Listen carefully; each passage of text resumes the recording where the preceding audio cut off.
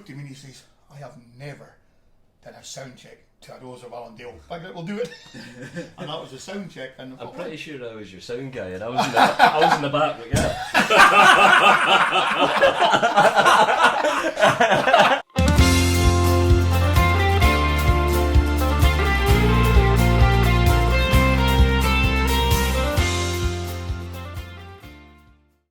Ladies and gentlemen, welcome to Off Key, where today the Torrington boys are Kenny Lyle filling his face with a sausage roll, the very hungover Michael McMillan, Leave me alone, don't talk to me.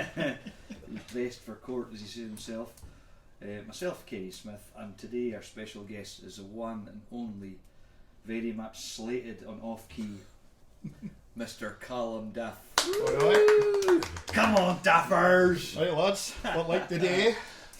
Duffers has been the brunt of many a joke in Off Key, and you always will be. Duffers, of course, Shinty referee. Where are you heading today? Down to Cool in Fort William. Kilmallie against Staffspate. Oh, that'll be great crack. Aye, brilliant. Can't wait. Do my usual stand in the middle and get on with it. Do you run about? You said it first. Do you run about much, like? You'll hear it when I do. How many sixpences can you turn on? On one time, like. Duffers obviously also a very keen golfer, and since about 5 years a very big Brora fan. Oh, come on, that's unfair. That is unfair. What is your connection? Tell everybody your connection to Brora. Aye, a lot of people don't know this, and that's why I got a lot of slated about supporting Brora. I was brought up in Dornoch, bred in Dornoch before we moved to Bewley. So my father, being my father as he was, being a big Glasgow Rangers fan and a Brora Rangers fan, and it's carried on in the blood. So you're from Dorna? Originally, okay. Yes. Yeah. You know that I used to play Highland League. And I know you're a dirty wicked and all, but never mind. From the age of 16 to 20 before I met this prick. I played for Glasgow Academy, I do know that. and we used to pump Brora regularly. And play football. I've actually. And you weren't at any fucking game. I was so there. You I was at one game at Clark Park. You wouldn't have seen him, he was sighting When- on it. When I do believe And then call it the stand. you got nailed by one of our young boys. I can't remember the boy's name, but I One seen of the you young do- boys. I was I 16. I seen you doing somersaults in the air at that time, and then you got up. Was that when it was 4 or 5 Yes, and you got up across the ball over and they scored. Alright. Yeah, I never liked it since then, actually. So that's my connection to Brora. Speaking of football up there, Alan, Jan's wee brother Alan, he's part of a committee thing that's resurrected Boner Bridge FC. That's right, Oh, aye, there you go. yeah. And do you know he told me I'm his favourite Torrington member? No, he didn't. He did. Oh, he's lying. I've got the message to He prove was it. blazing it. He used to be Get my to that apprentice, frame, so though. I better be his fucking favourite. I can assure you, you're not. That's He an hour, prefers Taffy. tell you what, that's an hour bollocks sparky around the north. The only difference is he's got a mullet. He'd have to do work to be a Sparky like that. But what game? What you touched on there about not getting to many games in my younger days. Obviously, I was involved with Shinty for many a year, and when I walked away from Shinty, that's my chance to go and see Brora. So, hence, Did you play Shinty like? Yep, Many many. stone ago. Thank God you got there before I did. This is going to be easy to fill an hour today. I was I stopped playing at 34 with a bad Stop. injury. So 34 years in your prime in Shinty then. See, Shinty, like, you know how football you got wingers, forwards, all that. Is there not something, what is it you call like your Wing forwards, Aye. full forwards. What are your Half defenders forward. like? Are they not?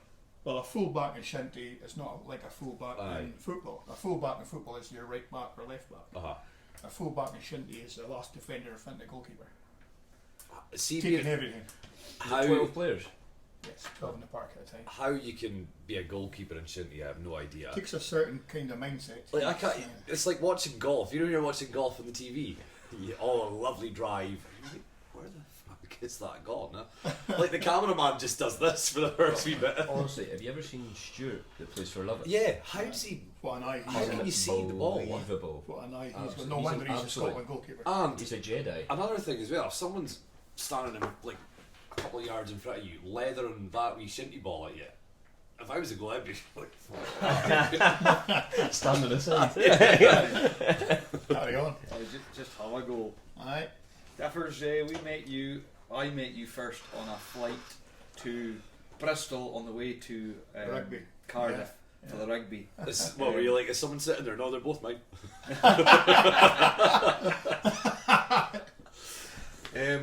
And let's just say we hit it off. Yeah. There was a fair few laughs. That was the and, time that I was offered to leave the flight at 38,000 feet. Because of the antics we were up to on the flight. Shit myself. I'd have been a hoorah parachute to take you down the ground safely.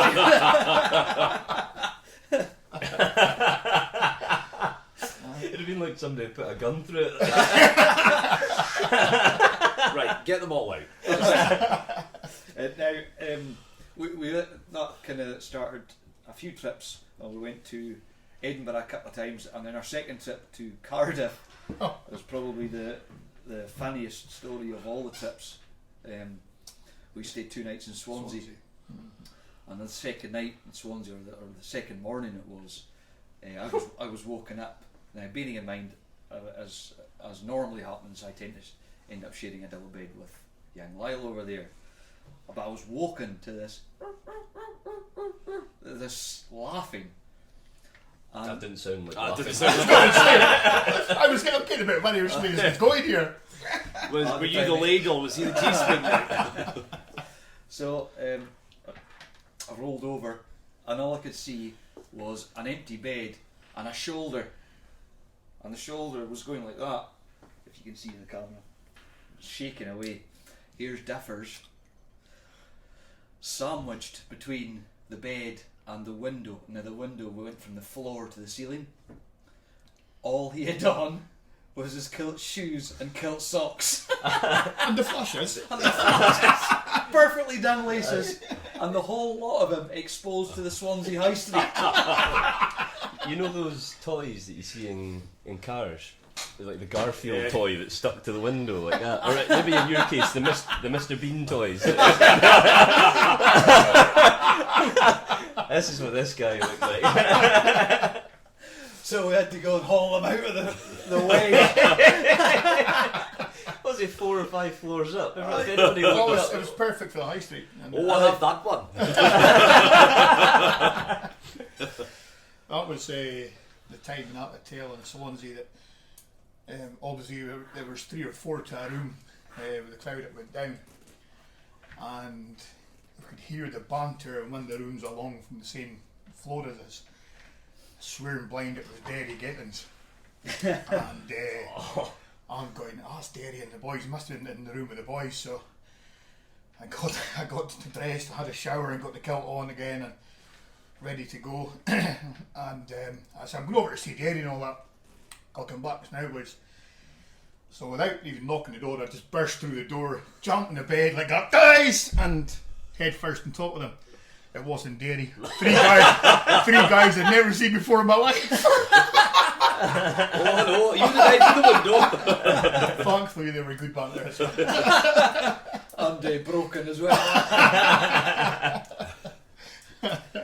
Oh dear. But since then we've had loads and loads of laughs. We've had a couple of downs as well. Differs. Yeah. You've had a wee life changer when you had your blood clots, and Yeah. I had to come and visit you in the hospital, which wasn't a pleasant I thing. vaguely remember you. I thought maybe he was having one of my nightmares, but never mind.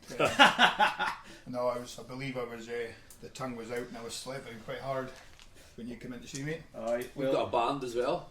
We have, yes, yeah. tell us about the band, Differs. Well, we I don't want to take a long story to it, but we came out with that Kirkle's Got Talent we were all involved in. On the back of the Wales trip. On the back of the Wales trip, which we wrote a song about. A couple of songs, was We it? wrote a couple of songs, one about the locals Oh, that's right. Yeah. and one about the rugby trip. And so they put us together up on the stage and it's raised a roof basically, finishing with the rattling bog, if you remember. That's right. Aye. And it went a bit mental. Dressed like a pair of fannies. Dressed like the Jimmy hats and and a kilt and the Ronnie and Donnie t-shirts. And the keg of beer with a straw coming That's out. right, the Swicky came out with it. Of course, the story of the t-shirts is Kenny let me go and organise the t-shirts and the names and the shirts. So we got them back, and of course initially I was supposed to be Ronnie and he was supposed to be Donnie. I can't get in a small t-shirt. I made a pig's ear of the names, so I became Donnie and he became Ronnie. Double Which was D even- Donnie, like. It was even more. It was even more confusing with the two. I've never met anybody else. Which was which? Yeah, I'm not sure actually. So how did you get Ronnie and Donnie then? Well, I'll tell you exactly where I was when this happened. I was on the Causey Mire heading to Thursville for work, Up right away, yeah. and on the phone to Kenny, not like that, but on hands free, of course. That's what it does, yes, indeed. And we're discussing about this Kirkle's Got Talent, and Helena phoned me up and asked me, "What are you calling yourselves?" And I said, "Hang on, I'll phone the boss." So what did Pam say? Oh, there's a mention. So phoned Kenny and I said, "Look, they're looking for a name for the programme. Ronnie and Donnie." Now, where it came out of, I don't know, but that's what he said. And you go along the Corries line. That's where we talked about it before, how we both love the Corries and all that. And but Ronnie and Donnie is not the Corries either. But you could associate it with that kind of along the same line, speech-wise and all that. I really don't remember the Corries to like Eagles covers ever. I know. Oh no, but that's another story. That's another story.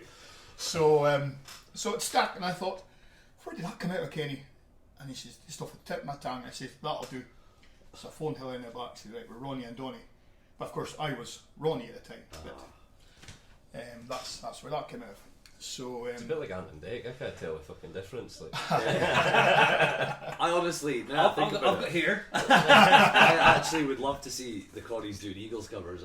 Like, I've been walking down the road. So of course it progressed from there after the show at the Kirkle's Got Talent that Or a distinct lack of.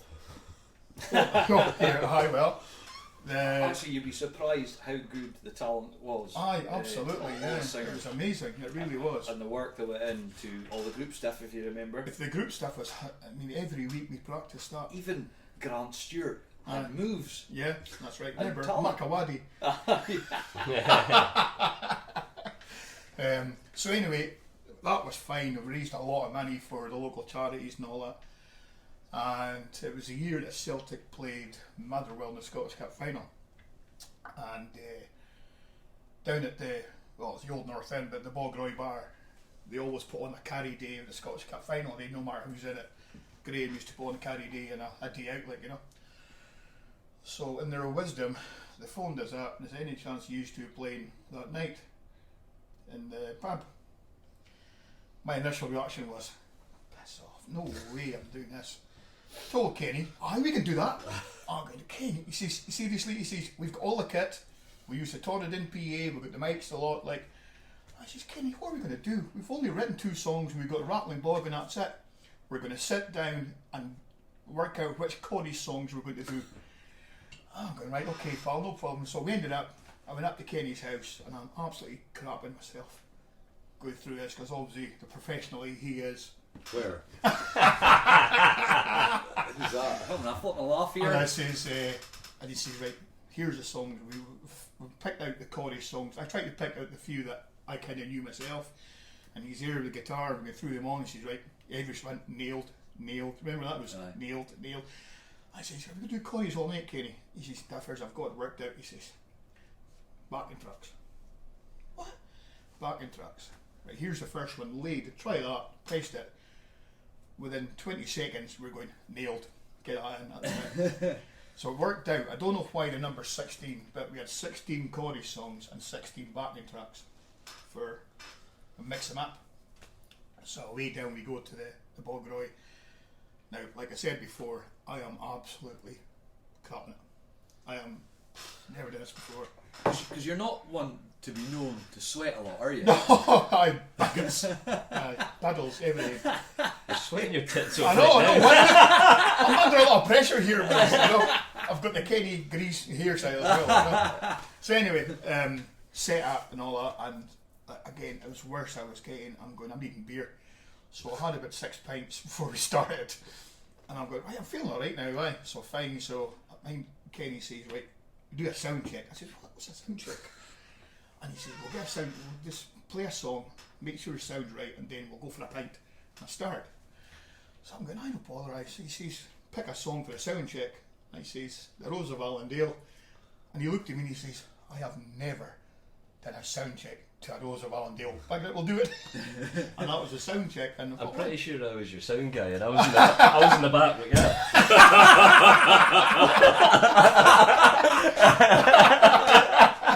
More banjo. So we cracked on, and of course we did a couple of chorus, like Rose of Allendale. We did. I can't remember the other ones we did, but after the first one, the place was mobbed. All the locals and all that. They're all going, yeah, brilliant. Second one, they're about. Third one, I'll never forget. Kenny Mark goes, taxis to town. Kenny says, first of all, I've got this covered. Straight onto the lead, backing track, lead. Went, cancel the taxis. We did the 16 covers twice. We never did any more any more Corey songs. And that was the last Corey song we did. And that was the start of Ronnie and Donnie. So, and of course, it's progressed now to Ronnie, Donnie and Johnny we have now. Well, were we not Ronnie, Donnie and your mum? Ronnie, Donnie and Fanny. And there's another word you couldn't use live. What's been your most memorable gig, Dipper? Most memorable, I would say the Brora. From the first one up to Brora to play up there. I'm sorry, we have to fucking stop this here. Somebody in the corner's got the hoof heart in, like. You know what? I couldn't trust myself to do that today. Like, honestly. That's why I did it for you. Oh, brilliant. I hope the microphones picked that up, because that was a rip. It's actually a wee cushion we've got in the office here. I just hit the button. I was like clattering off that leather there. Like. Dippers, you're in Brora. Aye, so one of the first Brora gigs we did, nobody knew what to expect from us after they booked us and all that for the social club, and the place was ram-packed. And what a gig, it was brilliant crack. And it's that kind of. I remember listening to your podcast with Norman when he was your guest, and he got slating that day and all. I know, I tell you, do you know he's a shinty player? And that? He was a fantastic shinty player with Kingusi. When Kingusi were winning everything. Right. He was part of that squad, like. Fair play to him. Yeah, really good player. So anyway, I mind Norman saying it's the buzz of what you're doing up there, you know, and you're making people happy, giving them a good night. And to me, that's what that is.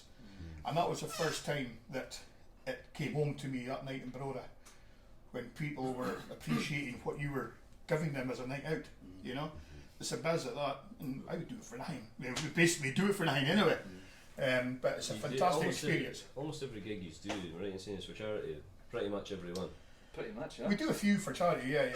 Very rarely we get paid. Certainly did at the start. I mean, Yeah, every yeah. single one was, and then probably the biggest ones for charity were the Swallies. Swally, Yeah, the Priories. Yeah. Right. They're great, they just feed you we with ain't booze, the huh? Priory, yeah. They just feed you with booze, like Happy that. days. Which is Happy even days. better. Oh, like yeah. that. Yeah. Coaching though. Yeah. The Priory ones, they were one of the ones we did. They won the first one we did in the Priory. That was very, very memorable as well. Because as you say, people come in because it's for a charity. It's for like the MFR or Cast the for arts Kids. we did. Cast for Kids Cast and for Arts, Kids, wasn't yeah. and everybody associates to that, so they're quite happy to spend the money on the ticket, and the raffle money at the raffle takes in. What I like hundreds- about that hundreds of Swally, pounds. what's great about the Swally is, like, I was very intrigued when you were like, oh, come and do a Johnny and Donny Yeah. gig, and I was like, oh, what the fuck was I going to do? You got backing tracks, like, so I'm standing there with a keyboard going, yeah, No, it's a different level. it's in B. There you No, go. when you come into it, Michael, it's a different level. I think it's brilliant. I really do enjoy it. But when you're in the Swally is great because it's like it's almost like a big house party kind of thing. Yeah. You know, everyone knows you. They're all getting the crack. It's not. It doesn't feel formal like a gig. Yeah. It's just like a big. I don't know, Big family shade- party. big It's shade great fest. crack. Yeah. Yeah. Yeah, the Shed Obviously, Fest is good crack as well. It'll never be Shedfest like. I'm still getting complaints about You're that. From the still noise, getting from the complaints, noise so in am the I. horde. Still out of time. Trying to get rid of this asshole, like. But no, it's the Ronnie and Donny. It's and I remember you saying to me before, Kenny, it's you enjoy doing it yourself because it's something out of the norm Yeah. that you're used to with Torridon.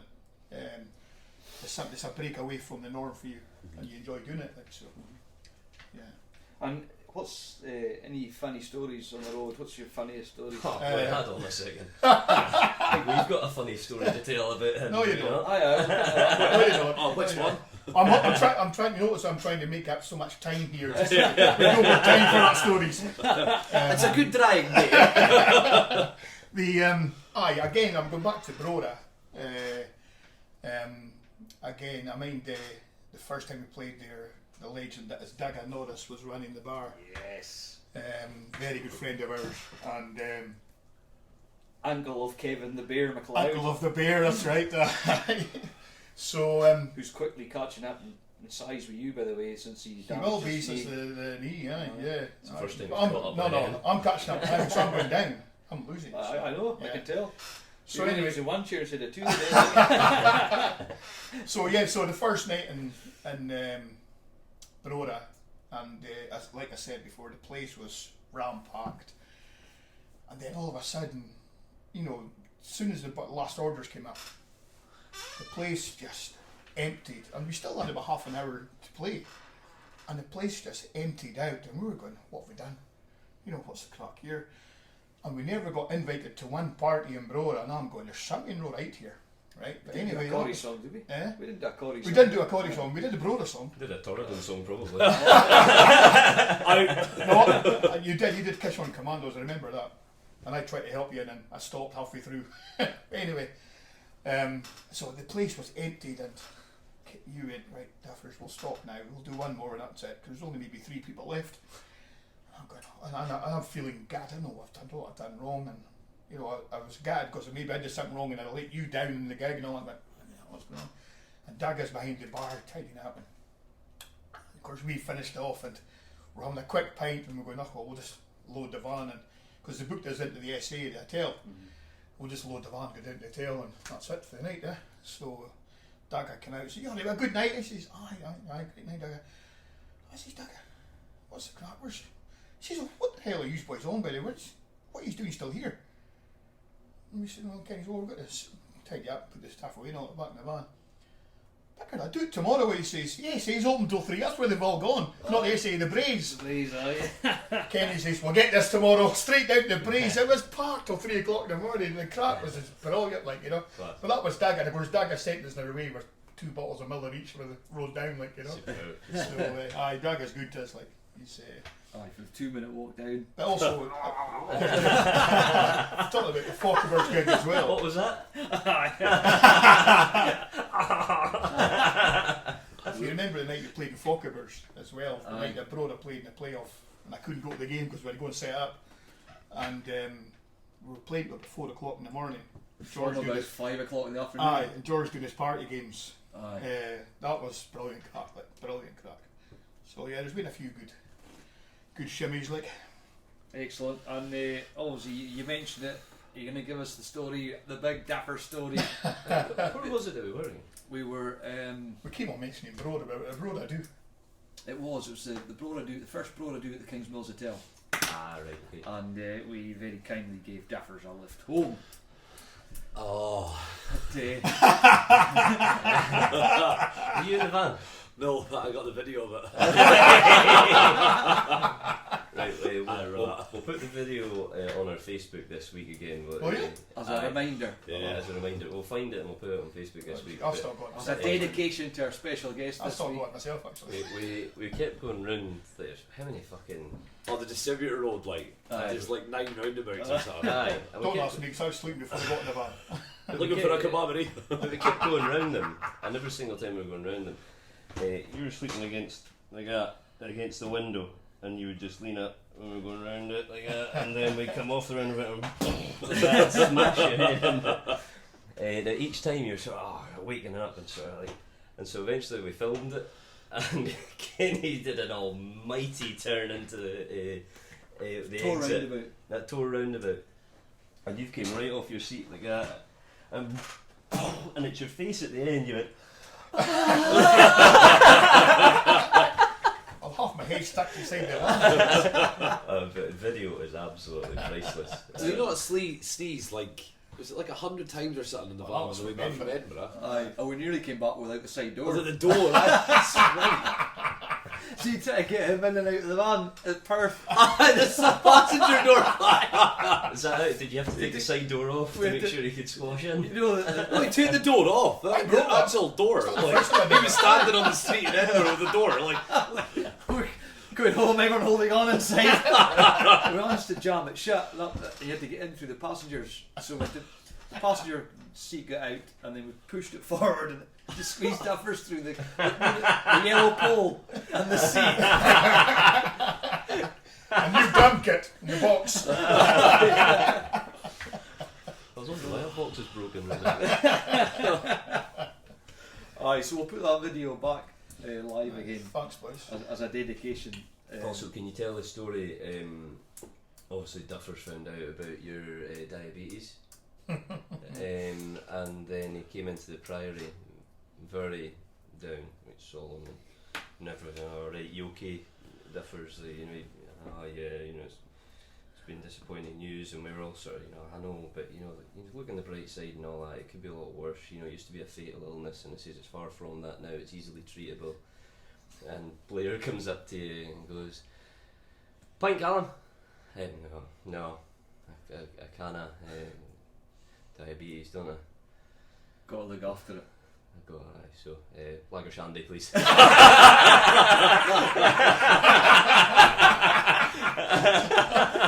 That was the end of looking after it. Thank God for pills. oh, diabetes will be nothing. You beat anorexia. Did you not say that night as well? I've sussed it. Was it Holston pills and slimline tonic? That's a diet. Low calorie. Have you found a bar that's got Holston pills in it? I wouldn't want to drink it. The last one I had, it was a Legion. That bloody closed down. Diabetes went to crap. First person with type 3.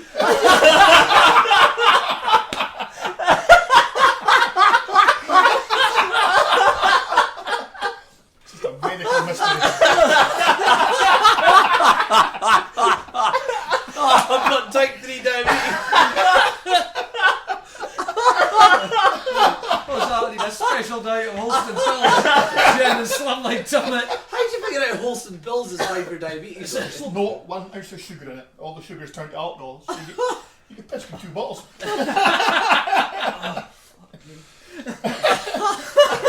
It's the doctor that told me that.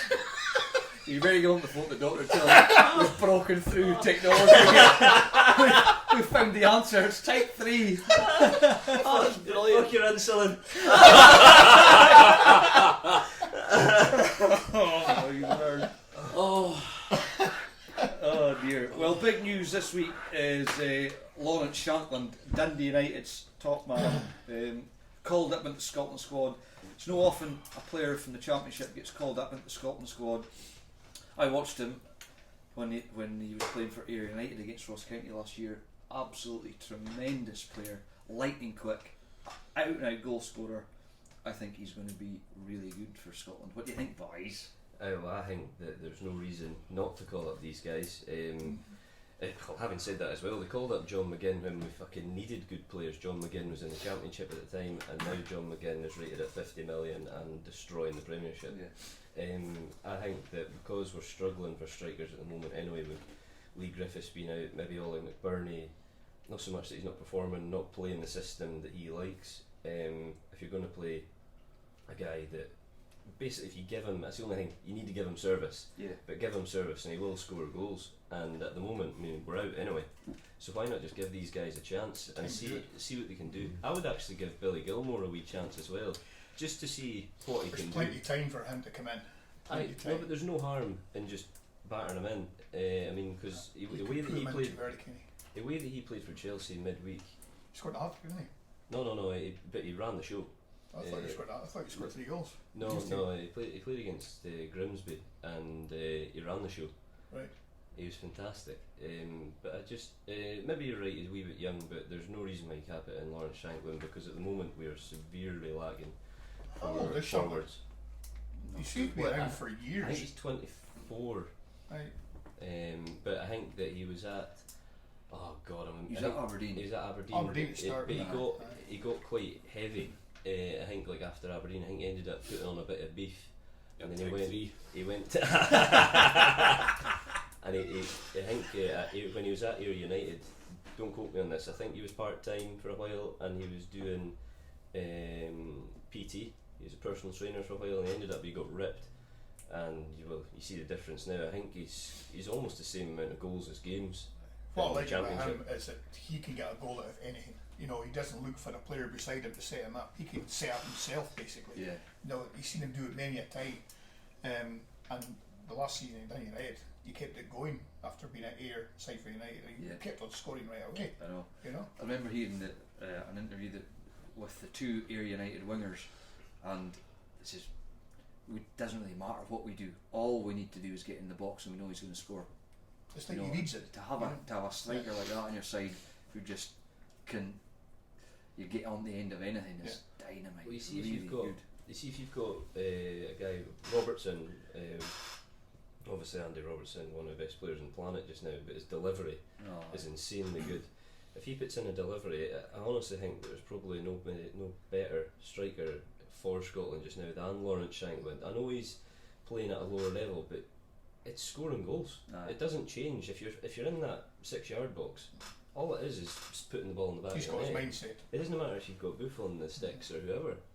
I do believe that he will score if you feed him. So hopefully the likes of Ryan Fraser, Robertson, etc. can give him the service that he needs. What is the crack with Griffiths just now? I'm not really sure. I think that Steve Clarke seems to be that he's not keen on playing players that aren't playing all the time themselves. For instance, Stuart Armstrong's not in the squad this time. Stuart Armstrong I'm a massive fan of, but because he's not playing apart from that passing against England, but never mind. Oh God, for 2 minutes in my life I felt absolutely high as a kite. Like I've never gone from literally scrape me off the ceiling high to as low as I can possibly get. But he's a fantastic player, but he's ultimately not in the squad because he's not playing for his club, I think. Shanklin certainly deserves to be in there. Now's the time to do it, as you see, because we're out.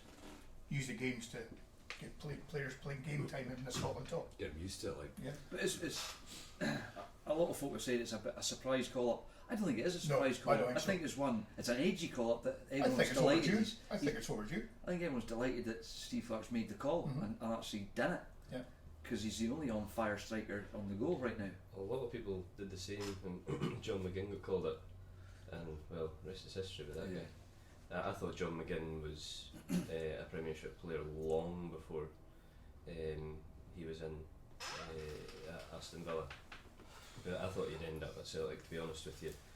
I think Celtic must be absolutely devastated. I think he thought he was at Celtic as well. He's a Celtic fan from birth. I think his whole family's sort of Celtic. So I think that everybody just assumed that he would do that. But I'm glad he's not. Because Because I really do think that he wouldn't have got a game for Celtic, Aye, well, or he wouldn't have got as much game time, and now he's at Aston he Villa. certainly helped to turn Aston Villa's fortunes round, didn't I think he scored again last week. he? Did he? Unbelievable. But aye, it'll be interesting to see how they get on. I think it's now about getting ready for the playoff that we're going to end up having to play against. Is it looking like it's going to be Bulgaria or Oh, keeps Finland changing. or I thought it was Thought Finland. Norway was involved in it. Is Oh it? god! Well, whoever it's going to be, we need to get ready for that game. And I think playing these guys, like, see if you call them up for one of them games, then you're going to be going, oh, I'm not sure about taking chances now, but take a chance while you Plus can. by then, our season is almost finished, but they've been playing every week up to then. You know, there's no break. It's straight into that Keeping it playoff. in now.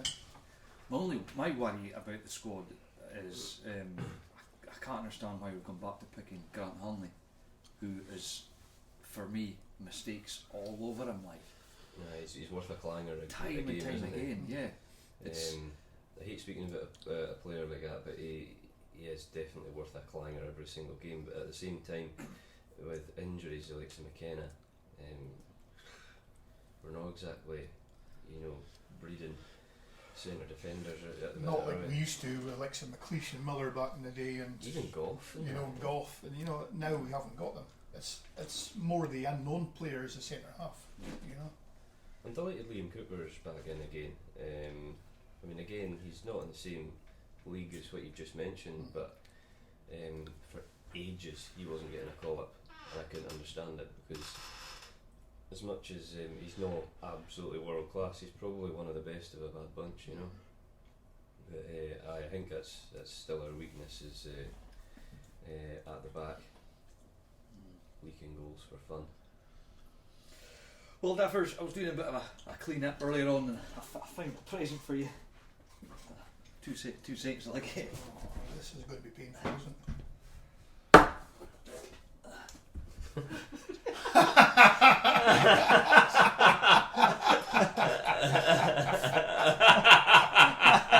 There you go, Differ.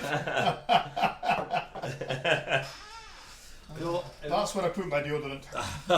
In all seriousness, we've got a wee present here for you. It's from the boys. It's just for yourself. It's your own personal copy. Oh, And tremendous. I know you've downloaded it off iTunes and Spotify and all sorts. Well, Thanks, pal. that's a present. Good on ya. Thanks for the soaking wet hand as well. Very Cheers much. for that. Never even signed it. You sell it then. You've already got one. I burned my coffee off the computer. Brilliant album, boys. I must say, I've actually been looking forward to this coming out, and bigging it up. I've bigged you up all over the world for this one, boys. Yeah? Yes, I Where have. about? All over the world. Oh, there, aye. Friends down in Wales and Ireland, and Brora, of course. Aye. Yeah. Do you know what's an interesting But the thing is, they're only observation? human. They already know you. I made an So- interesting observation, right? I reckon it's easier to sell vinyl than it is to sell CDs. Because I went around the office saying CDs, and majority, maybe they were just saying this, but they're like, I don't have a CD player. My car doesn't have a CD player. I don't have a CD player at home. Car doesn't have a CD player. Almost. So Some remember sort of years ago, Bluetooth chat, isn't years it? ago, honestly, That is a like disgrace. years ago, it used to be an optional extra to get a CD player in your Aye. car. Now it's an optional extra to get a CD player in your car. Yeah. That's what's ruining the industry, and you've got a lot to say about this as well. Everybody does, but live or streaming has ruined livelihoods for a lot of musicians who depend on music to be I think their it's- career. Obviously, you look at musicians like Taylor Swift and all that, you think how big they are and the vast amount of royalties that they make, and even they complain about streaming because It's just honestly, I listened to a podcast called the Blind Boy Podcast. This guy is one half of the duo, the Rubber Bandits. They're kind of like a comedy rap sort of group from Ireland, and he was speaking about they got a tune, and their video actually was put onto Trainspotting 2. Now that is like if we got asked to put one of our tunes onto Trainspotting 2, you going, I have fucking made it. I'd phone work. Oh, quit. you'd be thinking that. Now, given that he said Trainspotting 1, like the soundtrack for Trainspotting 1, maybe one of the most successful soundtracks of all time. I think Born Slippy was probably the most popular out of that. by Underworld. You'd be surprised if they never made millions out of that. Right, so we'll go on that sort of basis, royalties wise. So royalties wise, what the Rubber Bandits made from Trainspotting 2 for having one track in the soundtrack and their video for the first year was €36. They actually got a huge. I never saw that coming. They actually got a huge, big sort of really elaborate letter sent to them. Breakdown. Universal, Polydor, these multi-billion-pound companies, and at the bottom of it, of the breakdown, bottom line, €36. And the funniest thing of that is he said, like the way they're known as Blind Boy Boat Club and Mr. Chrome, that's what both the names are in it. The two of them, if they took that €36 and went to the cinema, they couldn't have afforded 2 tickets to watch Trainspotting 2. That's mental, huh? €36. It probably cost more to pay someone to type the letter out and print the check. Honestly, and furthermore, he just got this year's through, and he got €11. That is the amount of money that we are due to make. There's no money in streaming. So you see, there's a lot of people who've came up to me, and I love it that people want to listen to our music. But please, for fuck's sake, buy a CD, buy a fucking vinyl, buy a t-shirt even, anything. Because listen to the t-shirt, aye. It's better than the album. anything. Only got one sale. His very own Spinnaker. If you're wanting bands like us to survive, and there's a lot worse off than us, and guarantee you that, if there's bands like us, they're not going to survive unless you buy tickets to the gigs, buy CDs, buy vinyl, buy t-shirts, whatever. Because ultimately Spotify, I think it's like 0.00007 pence per play. So you need to be somewhere near the billions before you're making serious coin. Well, I was in Johnny Fox's last night, and there was this guy. I was out having a cigarette, and there was a guy talking about the band and all that. And he was like, "Oh, where'd you play?" I was like, "Oh, we do gigs around Inverness and all that." It was like the Ironworks. And he went, "Oh, the Ironworks closing down.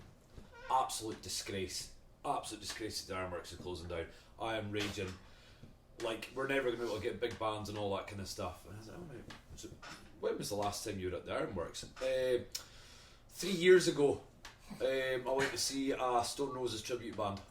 And I was like, "And you're gutted it's closing." Right. When was the last time you went and bought a ticket and supported your local venue? It's your fault, yeah. It's everyone's fault that it's closing, because nobody goes.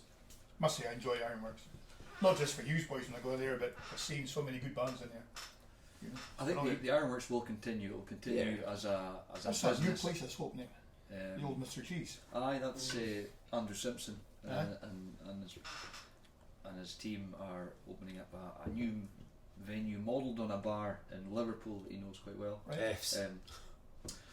Aye. And it's the idea is to keep you there pretty much all day. There's different entertainment on, so food all day. Something new for Inverness. Absolutely, Yeah, aye. It's great. I hope it really works for him. Yeah. But as I was saying, the Ironworks will continue. There's going to be a new venue that they'll be rehoused somewhere. Yeah. I'm looking forward to it. It'll be a smaller venue, so it'll be perfect for us actually, and it'll be perfect for the Ironworks because getting the big bands up here, there was always a struggle because it was actually small. Yeah. For the big bands.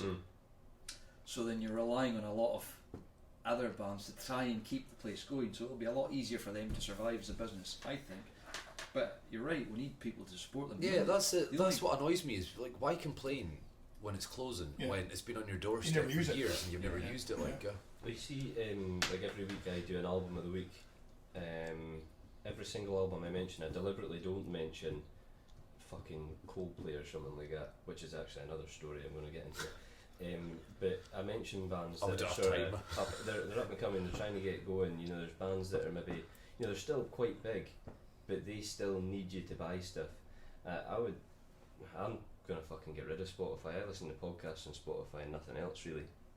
I'm gonna get shot of it because it is just an absolute travesty to music, like what they're doing. do you know one that's really annoyed me is see YouTube with that double advert.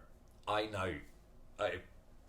even see if I was minted, right? Even if I was minted, I will never buy a Maserati because every time I go to watch a video now, I'm forced to watch a Maserati advert or something. And do you know what? I do not want life insurance now. I really don't want it because I've been forced to watch so many adverts. I am principally not having life insurance. What about the video of the fold-up guitar?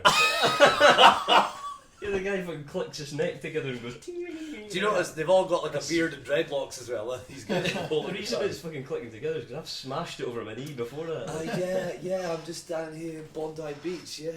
But I was going to say about